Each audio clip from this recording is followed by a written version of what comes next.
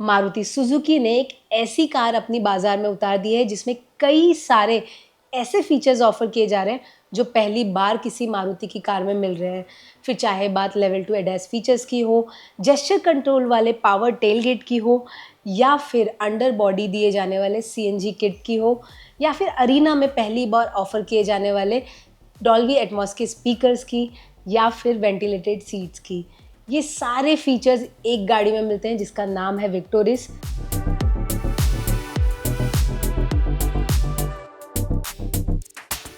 लेकिन grand Vitara के होते हुए मारुति सुजुकी को क्यों लगा कि उनको एक और इसी टाइप की एसयूवी लाने की ज़रूरत है, वो भी अरीना के डीलरशिप से, बजाय इसके कि वो नेक्सा से इसको लाते, इतने सारे फीचर्स देने के बावजूद। हम इन सारे सवालों का जवाब ढूंढने की कोशिश करेंगे इस वीडियो में, और इसके लिए हम बुला लेते हैं हाजी चक्राल वाले को, जिन्होंने इसे ड्राइव किया है और इसके साथ अच्छा खासा वक्त गुजारा है।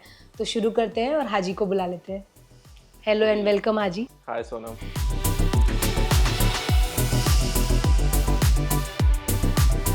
तो हाजी, सबसे पहला सवाल आपसे यही है कि मारुति सुजुकी ने इसे नेक्सा की बजाय अरीना की तरह, अरीना का एक प्रोडक्ट क्यों निकाला, और इसमें इतने सारे फीचर्स दिए हुए हैं, फिर भी ये उनका जो बजट डीलरशिप है उसमें क्यों निकाला गया इस प्रोडक्ट को, और क्या फ़ायदा होगा इससे मारुति को? वाइडर पर्सपेक्टिव पे सोचो, ब्रांड ने प्रोडक्ट प्लानिंग प्रॉपर की है, कस्टमर फीडबैक्स लिए गए। अब ये बात तो सभी को पता है कि मारुति अब सिर्फ मारुति सुजुकी नहीं रहा है, अब उनके पास नेक्सा है और अरेना है, राइट।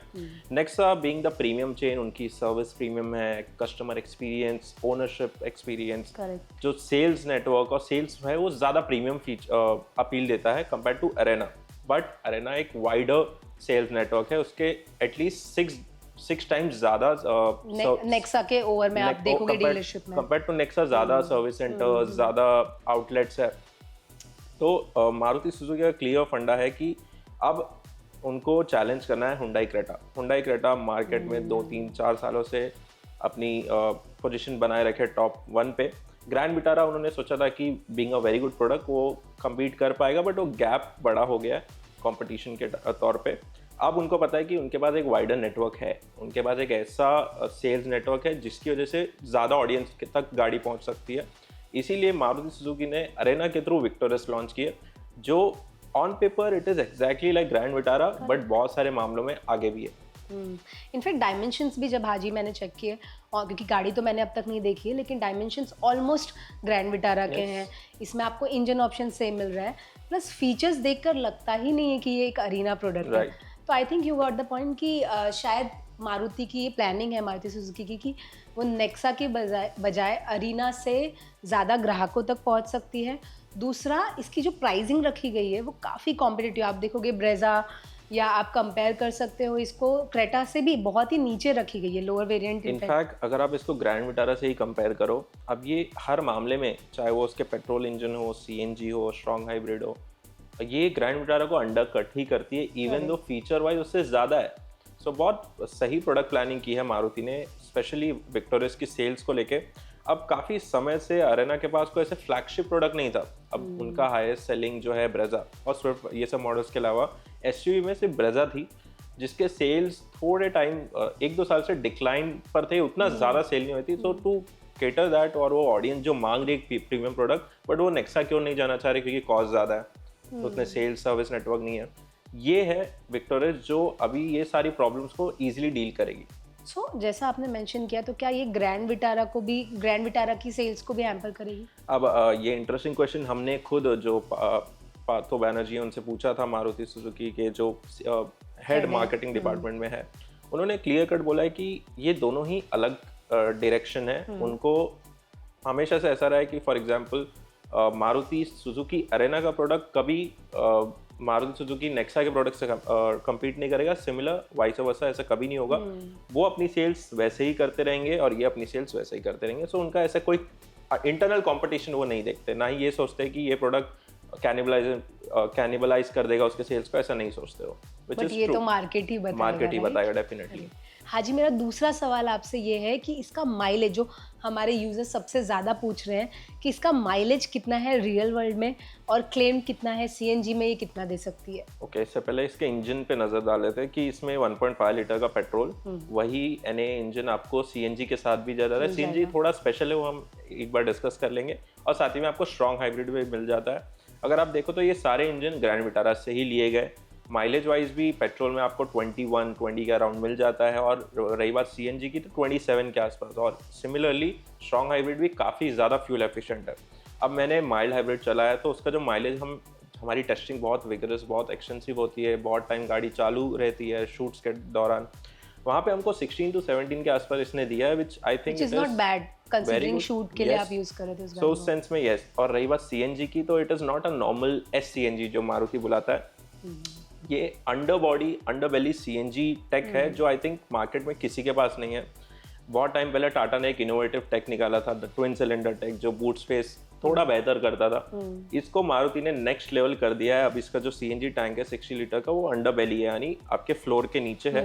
बूट स्पेस आप पूरा यूज कर सकते हो सीएनजी में। सो ये आई थिंक ये टेक और कोई ब्रांड नहीं ऑफर कर रहा, और कमिंग फ्रॉम मारुति इतना बड़ा innovation is a very good thing, क्योंकि मारुति का बेस बहुत स्ट्रांग है, तो कस्टमर्स और ज्यादा खरीदेंगे।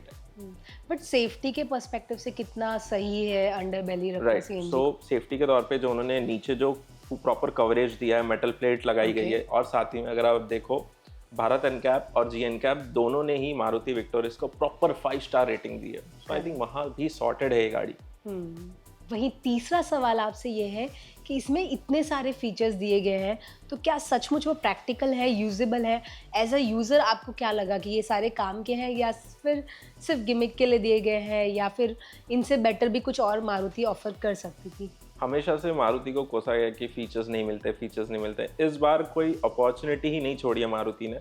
अब विक्टोरियस में कुछ ऐसे फीचर्स है जो हमको ग्रैंड विटारा या कोई भी मारुति प्रोडक्ट में नहीं मिलते। इनफैक्ट वो सेगमेंट में आई डोंट थिंक सो कोई ऑफर कर रहा है। एक तो पावर टेलगेट जो जेस्चर कंट्रोल यानी उससे चलता है, और वो हमने यूज़ किया ऑफकोर्स शूट के दौरान, और वो काफ़ी इफेक्टिव है, इट वर्क्स वेरी वेल। और सेकंड जो इंफोटेनमेंट है, वो उसका यूआई इंप्रूव किया है, वो काफ़ी स्लीक है यूज़ करने के लिए। जो स्पीकर्स है, जो Dolby Atmos surround sound experience है, वो बहुत अच्छा है compare to other models. Hyundai Creta उतना प्रीमियम फील नहीं होगा, but yes it is very premium sound experience, cinematic experience मिलता है आपको डिजिटल IRBM मिल जाएगा, and the best thing is आपको ADAS मिलता है। अब ADAS बहुत सारी गाड़ियों में आते हैं, ज़्यादा फीचर्स के साथ भी आ रहे हैं, बट यहाँ पे फीचर्स रेलेवेंट फीचर्स है, और ये सारे फीचर्स एक्चुअली हमने टेस्ट किए और सब बहुत अच्छे से वर्क करें अपने इंडियन कंडीशंस के हिसाब से, विच इज़ इम्पॉर्टेंट। और यहाँ छोटे मोटे फीचर्स जैसे आपको क्लाइमेट कंट्रोल AC मिल जाएगा, डिजिटल इंस्ट्रूमेंट पैनल है। मुझे पावर सीट का फंक्शन बहुत अच्छा लगा मारुति में, पहली बार वो भी आ रहा है। साथ में वेंटिलेटेड सीट्स है, तो ये सारी चीज़ें हैं जो अच्छी है। हालांकि कुछ फीचर्स मारुति ने मिस कर दिए, जैसे रियर सन ब्लाइंड्स नहीं है, जो आई बिलीव होना चाहिए था। सो ये सारी छोटी मोटी चीज़ें जो एक्सपीरियंस को हैम्पर नहीं कर रही है, बट होती तो और प्रीमियम होता फील। एंड आपने रिव्यू में भी कहा है सेकंड रो की सीट अगर रिक्लाइन हो सकती थोड़ी, तो थोड़ा सा आपको कंफर्ट ज़्यादा मिलता। हालांकि स्पेशियस बहुत है, बट कंफर्टेबल होने के लिए थोड़ा रिक्लाइन एंगल और बेटर हो सकता है। बट 4-5 लोगों के बैठने के लिए कैसी है? ओवरऑल अगर केबिन में पूरा देखा जाए तो 4 लोग या 5 एवरेज इंडियंस कंफर्टेबली बैठ सकते हैं। हेल्दी लोग होंगे तो पीछे थोड़ा इशू हो सकता है। ओके, हमने इस पे एक शॉर्ट भी किया है हाजी, जो आप हमारे चैनल पर जाकर देख सकते हैं कि ये 3 लोगों के लिए बैठने के लिए कितनी कंफर्टेबल है या नहीं। और अब हम ये जानना चाहते हैं हाजी कि आपने इसे ड्राइव किया है, तो आपका ड्राइव एक्सपीरियंस कैसा था? साथ ही आपने ग्रैंड विटारा को भी चलाया है, क्रेटा भी चलाया है, ब्रेजा भी आपने ड्राइव किए, तो अगर आप इन सब गाड़ियों से भी कंपेयर करेंगे इसके ड्राइव एक्सपीरियंस को, तो वो भी हमें जानने में खुशी होगी।